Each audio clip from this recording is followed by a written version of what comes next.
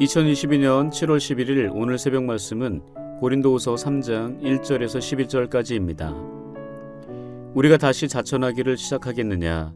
우리가 어찌 어떤 사람처럼 추천서를 너희에게 붙이거나 혹은 너희에게 받거나 할 필요가 있느냐? 너희는 우리의 편지라 우리 마음에 썼고 무사람이 알고 읽는 바라. 너희는 우리로 말미암아 나타난 그리스도의 편지니 이는 먹으로 쓴 것이 아니요 오직 살아계신 하나님의 영으로 쓴 것이며 또 돌판에 쓴 것이 아니요 오직 육의 마음판에 쓴 것이라. 우리가 그리스도로 말미암아 하나님을 향하여 이 같은 확신이 있으니 우리가 무슨 일이든지 우리에게서 난 것 같이 스스로 만족할 것이 아니니 우리의 만족은 오직 하나님으로부터 나느니라. 그가 또한 우리를 새 언약의 일꾼 되기에 만족하게 하셨으니 율법 조문으로 하지 아니하고 오직 영으로 함이니 율법 조문은 죽이는 것이요 영은 살리는 것이니라.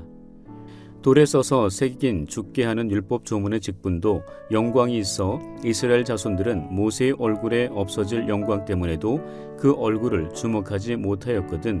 하물며 영의 직분은 더욱 영광이 있지 아니하겠느냐. 정죄의 직분도 영광이 있은즉 의의 직분은 영광이 더욱 넘치리라. 영광 되었던 것이 더 큰 영광으로 말미암아 이에 영광될 것이 없으나 없어질 것도 영광으로 말미암았은즉 길이 있을 것은 더욱 영광 가운데 있느니라. 오늘 본문 고린도후서 3장 1절에서 11절의 말씀으로 그리스도의 편지로 새 언약의 일꾼 되기라는 제목의 말씀을 전하겠습니다. 오늘 본문은 바울의 사도성을 의심했던 고린도 교인들을 향한 바울의 해명이 들어있는 부분입니다.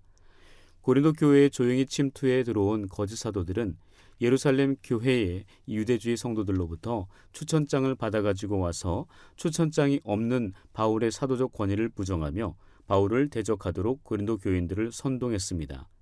그로 인해 바울의 사도직에 대한 의심의 목소리가 고린도 성도들 사이에서 커져가고 있었습니다. 바울의 사도직에 대한 의심 문제는 단순한 문제가 아니었습니다. 만일 바울의 사도직이 문제가 있다고 결론이 난다면 바울이 전하고 가르쳤던 복음의 진리성이 문제가 있다는 것이기에 이것은 작은 문제 아니었습니다. 우리가 알듯 사도 바울은 사도행전 9장의 다메섹 도상에서 부활하신 주님께로부터 직접 사도로서 위임받았기에 다른 제자들이나 사도들처럼 자신의 사도성을 증명할 만한 추천서가 없었습니다. 부활하신 주님께 직접 사도로서의 추천을 받은 사도 바울은 그 뜨거운 마음을 가지고 고린도 지역에 와서 1년 6개월 동안 교회를 세우고 세속에 물든 사람들을 그리스도의 십자가의 사랑과 인내함으로 양육했습니다. 이런 바울에게 공신력이 있는 단체에서 발행한 추천서가 없다는 이유로 자신을 거짓 사도로 만들어 교회를 어지럽히고 지도자 바울의 흠과 티를 찾아 그의 영향력을 없애려는 진짜 거짓 사도들에게 바울은 자신이 개척하여 복음으로 양육한 고린도 교회 성도들이 예루살렘 교회 지도자들에게 받은 추천서와 같다고 말합니다. 그들이 바로 나의 사도성을 증명하고 보증하는 가장 중요한 증거라고 오늘 본문에서 당당하게 말합니다.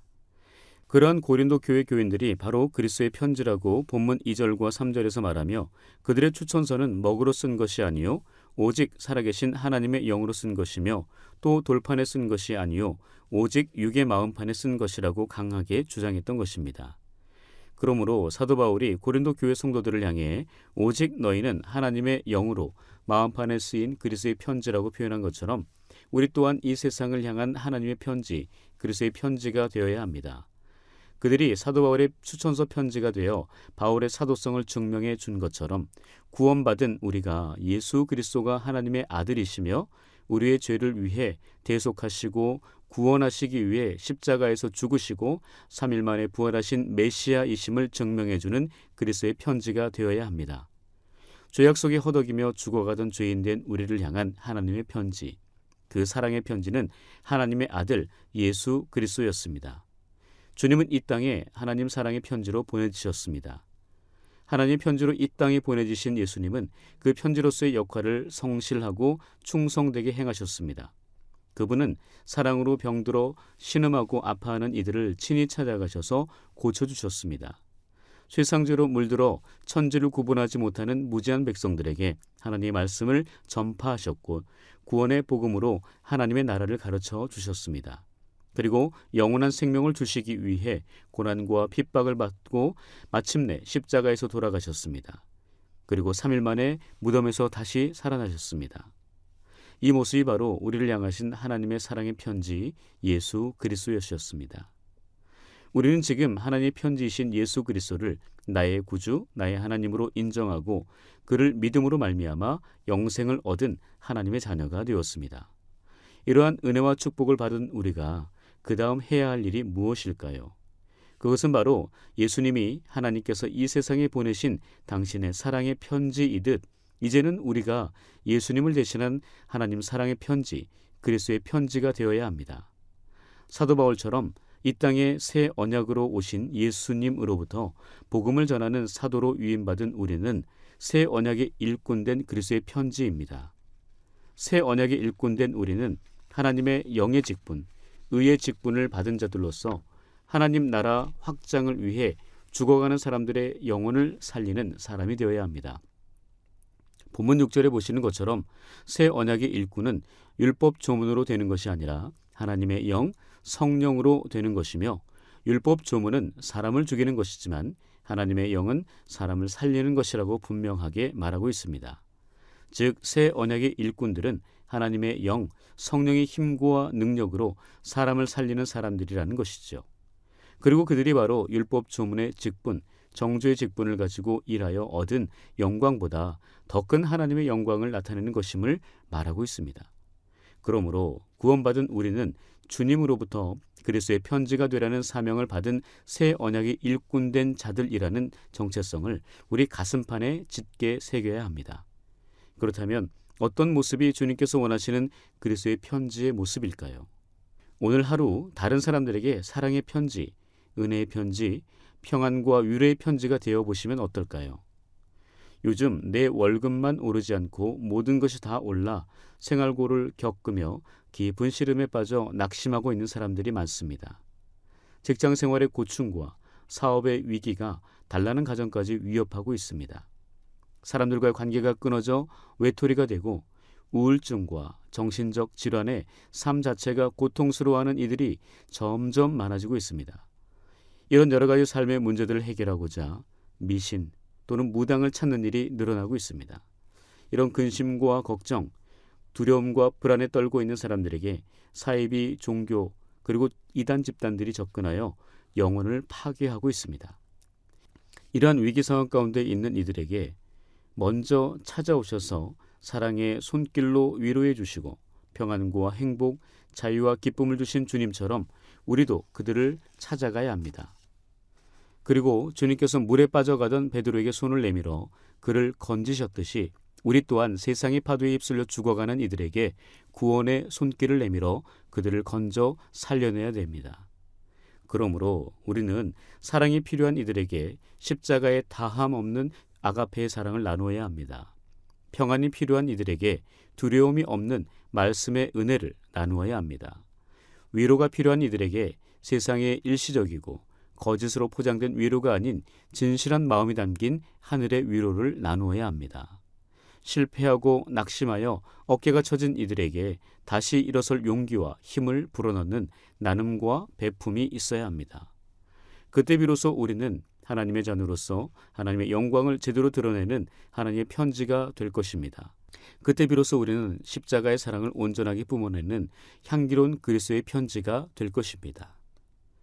바라기는 율법의 조문으로 사람들에게 다가서서 사람들의 영혼을 죽이는 자가 아니라 하나님의 편지, 그리스도의 편지로서 사람들에게 다가가 그들의 영혼을 살려내는 새 언약의 일꾼들이 되시기를 주님의 이름으로 간절히 축복합니다. 기도하겠습니다. 예수 그리스도를 통하여 우리를 의롭다 칭해 주신 하나님, 십자가의 의로움으로 말미암아 복음의 바른 길과 바른 삶을 살게 하시니 감사드립니다. 오늘 이 새벽 나의 의를 내려놓고 주님의 의를 다시 한번 확인하며 확실하게 붙드는 은혜의 시간 되게 하시고 주님을 가슴 깊이 만나는 감동의 시간 되게 하옵소서. 그리하여 우리 입술에는 감사와 찬양이 넘치게 하옵소서. 지금 장마와 폭염이 시작되어 삶의 불편과 불안이 커지고 있습니다. 시설물 파괴, 산사태, 하천회 그리고 강의 범람으로 인한 농작물과 삶의 터전의 침수 피해가 날까 싶어 우려되는 상황입니다. 모든 만물의 창조자여 생명의 주관자이신 하나님께서 가장 적절한 방법으로 피해를 최소화하게 하시고 우리들도 최대한 대비하게 하소서.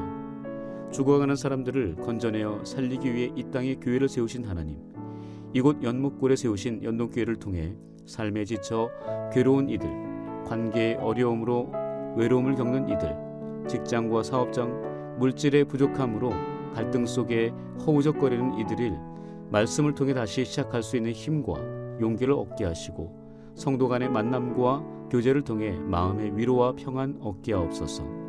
돌아온 탕자처럼 회복의 기쁨, 구원의 감격을 통해 삶의 중심과 방향을 다시 찾게 하시고 주어진 사명을 충성되이 감당하게 하옵소서. 연동의 지도자로 세우신 위임 목사님께 성령의 충만함과 말씀의 은혜를 더하사 하나님 마음에 합한 다윗처럼 쓰임받는 참된 목자 되게 하옵소서. 우리가 드리는 예배를 통해 기뻐하시는 하나님, 이제는 모이기를 피하는 어떤 사람들의 습관과 같이 하지 말고 오직 주님의 날이 가까움을 볼수록 초대교회 성도들과 같이 날마다 마음을 같이하여 성전에 모이기를 힘쓰게 하옵소서. 주님의 핏값으로 사신 몸된 교회를 사랑하는 마음으로 오프라인 대면 예배에 나와 거룩한 성전을 더욱 아름답게 만들어가는 우리 되게 하옵소서. 성전 문지방에서 흘러나온 물이 닿는 곳마다 회복되고 살아나는 역사를 경험하게 하옵소서. 요즘 하루하루 살기가 쉽지 않습니다. 불뱀에 물려 죽어갈 때 눕뱀을 달고 그것을 쳐다보는 자마다 죽지 않고 살아났던 것처럼 우리나라를 비롯한 전 세계 국가의 경제 안정되게 하시고 코로나 바이러스가 이 땅에서 사라지게 하시고 브레이크 없는 인간의 욕망과 욕심으로 지구가 몸살을 앓고 있사오니 이제는 개발을 멈추게 하시고 자연을 자연스럽게 만들어 우리 인간과 함께 서로 조화를 이루며 살게 하옵소서. 우크라이나와 러시아의 전쟁도 이제는 멈추게 하시고 저 북녘 땅에도 하나님의 나라가 속히 임하여 코로나의 질병과 경제적 어려움으로 인한 굶주림에서 벗어나게 하옵소서. 또한 복음으로 그 나라의 문이 열리고 서로 한 민족으로서 상생하는 그날이 오게 하옵소서. 이 모든 간구 우리의 자랑이신 예수님 이름으로 기도합니다. 아멘.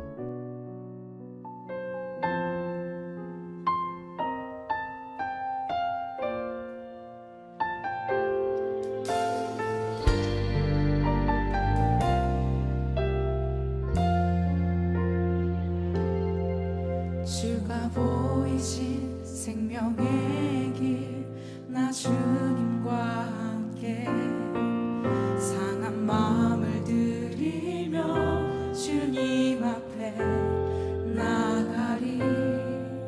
나의 의로움이 되신 주, 그 이름 예수.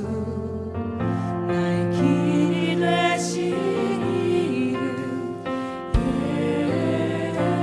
예수. 주가 보이신 생명의 길, 주가 보이신 생명의 길, 나 주님과 함께 상한 마음을 들이며 주님 앞에 나가리.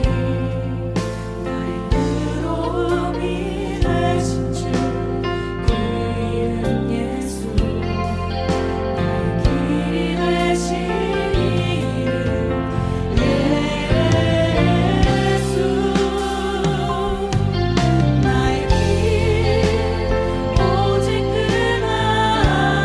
그하시나니, 나를 단련하신 후에